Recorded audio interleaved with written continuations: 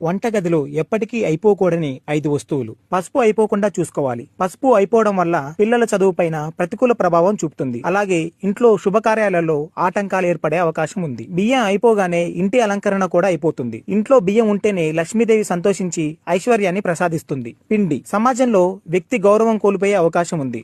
అందువల్ల ఏ పిండి అయినా సరే ఉండేలా చూసుకోండి. ఉప్పు అయిపోయిన వెంటనే ప్రతికూల ప్రభావం పెరిగి వాస్తు దోషం ఏర్పడుతుంది. ఇది కాకుండా వంటగదిలో పనిచేసే మహిళల పైన కూడా ప్రతికూల ప్రభావం చూపుతుంది. ఆవ నూనె. వంటగదిలో ఆవ నూనె అయిపోతే శనిదేవుడు కోపగిస్తాడు. వీలైతే ప్రతి శనివారం ఈ నూనెను దానం చేయడం వల్ల శుభప్రదంగా వంటగదిలో ఎప్పటికీ. ఫిబ్రవరి 12వ తారీఖు బుధవారం రోజున మాఘ పౌర్ణమి. ఈ రోజు శివకేశవుల ఇద్దరికీ కూడా ఎంతో ప్రీతికరమైనటువంటి రోజు. ఈ వీడియోను సేవ్ చేసుకోండి, 10 మందికి ఈ వీడియోను షేర్ చేయండి. ఎంతో అద్భుతమైనటువంటి రోజు. ఎందుకంటే కార్తీక మాసం దీపారాధనకి ఎంత ప్రత్యేకతో మాఘమాసం స్నానానికి అంత ప్రత్యేకత. ఈ రోజున మాఘ పౌర్ణమి రోజున ఎవరైతే సముద్ర స్నానం చేస్తారో వారికి వచ్చేటువంటి పుణ్యం అంతా ఇంత కాదు, మాటల్లో చెప్పడానికి. అమ్మా నాన్న ఫుల్లు దాగి ఆ రోడ్డు మీద వండుకొని బొరుతాండే. ఎక్కర్రా? అగో ఈ సీసీ రోడ్ కాన్నే. నీ తాగుడు గాలిపోను, నీ తాగుడు కూలిపోను. పాలను ముంగట, పగోను ముంగట, కులపోను ముంగట, తలపోను ముంగట ఇజ్జత్ మనం తీయబట్టే ఈ తాగుడు కూలిపోను. మనిషి అయి పుట్టినప్పుడు గింతనన్న చెత్తకు సిగ్గుమాన ఉండాలే. ఓర్ నీ అవ్వ ఇది రానే వద్దందరన్న పని అయిపోయింది. నీ అవ్వ ఏం చేయాలి, ఎట్లా తిట్టకుండా తప్పించుకోవాలి. Please don't touch me, get lost madam. I'm married person madam, కొంచెం దూరం ఉండు. నాకు బంగారం లాంటి భార్య ఉన్నది, ఆమె అంటే నాకు సచ్చే అంత ప్రాణం. మాగసరే గంతి ఆ తాగేదేదో ఇంట్లోకి తీసుకొచ్చుకొని తాగుతేంది. అయ్యో బంగారం నువ్వేనా? సారీ, మరోసారి ఇంట్లోకి తెచ్చుకొని తాగుతుంది. ఏండి నాకు దిష్టి తగిలినట్టుందండి. నువ్వు టెన్షన్ పడకే, దిష్టి అనేది మనుషులకి తగులుతుంది, దయ్యానికి కాదు. ఓ అందుకేనేటి ఎప్పుడు మీకు తగలదు.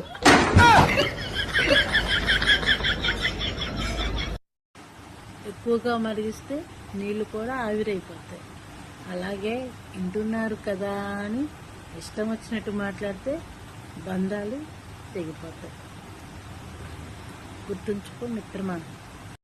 రావే, ఫంక్షన్ టైం అవుతుందంటే. ఒక్క నిమిషం ఆగవే. కవర్ ఎందుకే ఇప్పుడు? ఫంక్షన్ లో చాలా వెరైటీలు పెడతారే, అవన్నీ మనం తినలేం కదా, కొన్నిందులు వేసుకుందామని.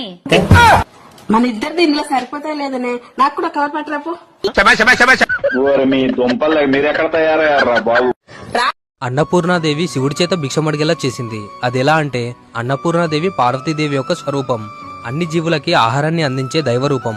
ఒకరోజు శివుడు ధ్యానంలో నిమగ్నమై ఆహారాన్ని తిరస్కరించడంతో పార్వతీదేవి ఎంతో బాధపడి శివుడికి ఆహారం విలువ తెలియజేయాలని శివుడికి కనిపించకుండా కాశీనగరానికి వెళ్తారు.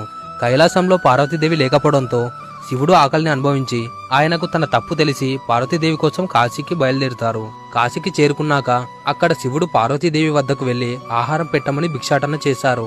అప్పటి నుండి పార్వతీదేవిని అన్నపూర్ణాదేవిగా కాశీలో నేటికి పూజిస్తున్నాం. శివుడంతటి వాడే ఆహారాన్ని భిక్షాటన చేసి భుజించాడు. మానవ మాతృలం మనమెంత, కనుక ఆహారాన్ని వృధా చేయకండి. జయ అన్నపూర్ణాదేవి. అన్నపూర్ణాదేవి శివుడి చేత భిక్షమడిగే. నా ఫ్రెండ్ అడిగాను, నువ్వు నవ్వుతూ అందరినీ నవ్విస్తూ ఇంత సంతోషంగా ఎలా ఉండగలుగుతున్నావే, నీకులా మేము ఉండలేకపోతున్నామని అడగగానే అది చాలా బిగ్గరగా నవ్వుతూ, నీకేం తెలిసే నా నవ్వు వెనకాల ఉన్న కన్నీళ్లు, నా మాట వెనకాల ఉన్న కష్టాలు బాధలు అని ఏడుస్తూ తన కష్టాలు చెప్పుకోవడం మొదలుపెట్టింది. అవన్నీ విని నేను అలా బిత్తరపోయి చూస్తున్నాను. వెంటనే మళ్ళీ నవ్విస్తూ, ఏంటి రూపా నమ్మేశావా, నిన్ను ఏడిపించడం కోసం సరదాగా ఎటకారం ఆడేంలే అని తను నవ్వించడానికి చాలా ట్రై చేసింది. కానీ నాకు నవ్వు రాలేదు, ఎందుకంటే నేను దాని స్నేహితురాలే కదా. దానిలో ఉన్న బాధంతా కక్కి తర్వాత వెటకారం అని చెప్పి మళ్ళీ నవ్వించడానికి ట్రై చేసింది. నిజమే కదా, చాలా మంది వాళ్ళలో ఉన్న బాధలు మర్చిపోవడం కోసం అందరినీ నవ్విస్తూ ఉంటారు. అందులో నేను కూడా ఉన్నాను. నా ఫ్రెండ్ అడిగాను, మన ఆడవాళ్ళకి బీపీ ఎందుకు వస్తుందో తెలుసా? అదేనండి, బి అంటే భర్త, పి అంటే పిల్లలు. వీళ్ళిద్దరు పెట్టే టార్చర్ వల్ల మన ఆడవాళ్ళకి బీపీ వస్తూ ఉంటుంది. ఏం చేద్దాం?